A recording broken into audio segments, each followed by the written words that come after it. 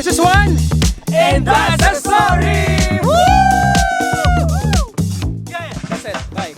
Sa mahigit 7,000 isla ng Pilipinas, marami magagandang lugar na mapupuntahan at karamihan sa atin, pinapangarap na mapuntahan ito. Sigurado akong nasa inyong mga listahan ang surfing capital, ang isla ng Siargao, Boracay, Cebu, Leyte, South Cotabato at napakarami pang iba. Pero sa kabila ng magagandang mapupuntahan, hindi pa rin ito ligtas sa mga epekto ng nagbabagong panahon. Alam nating lahat na ang Pilipinas ay isang paraiso. Ang ating mga isla, bundok at dagat ay puno ng buhay at kagandahan. Pero sa kabila ng lahat ng ito, unti-unting naapektuhan ng climate change ang ating kalikasan. Ang pagtaas ng temperatura, ang patuloy na pagtaas ng antas ng dagat, mas malakas na mga bagyo, ay ilan lamang sa mga epekto ng climate change sa ating bansa.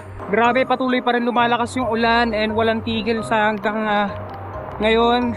Malapit na lumubog yung tulay din na tinatawiran namin. Pero hindi pa huli ang lahat. Bilang isang turista, meron ka nga bang magagawa? Kaya naman ngayon, samahan niyo akong alamin ang mga bagay na pwede nating maitulong sa ating mga destinasyon. Isa sa mga pinaka-epektibong paraan ay ang pagiging responsableng turista. Una, iwasan ang pag-abuso sa kalikasan. Kung pupunta ka sa isang beach, halimbawa, siguraduhin hindi ka mag-iiwan ng kahit anong basura.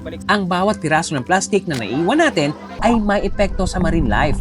Ang paggamit ng mga reusable items tulad ng water bottles, straw at shopping bags ay malaki ang maitutulong.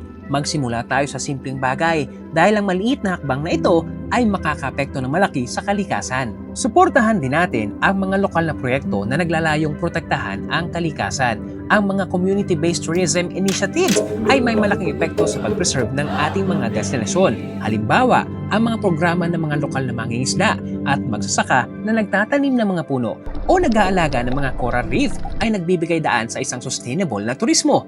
Sharing awareness is also important. I-share ang mga impormasyon tungkol sa climate change at mga hakbang na maaari natin gawin para protektahan ang ating kalikasan. Kung ang bawat isa sa atin ay may kaalaman at pakialam, mas magiging effective ang ating mga aksyon. Pangalawa, mag-practice tayo ng sustainable travel. Ibig sabihin, magplano tayo ng mga biyahe na hindi magdudulot ng matinding epekto sa kalikasan. Kung pwede, gumamit tayo ng mga pampasaherong sasakyan o sumama sa mga eco-friendly tours. Kung mag-aambag tayo sa paglago ng eco-friendly tourism, makakatulong ito sa pagpapabuti ng kondisyon ng ating mga destinasyon. Ang pagtulong ay hindi nasusukat sa liit o laki ng kontribusyon. Lagi nating tandaan na ang bawat maliit na hakbang, malaki ang nagiging tulong sa ating kalikasan. This is one, and that's the story.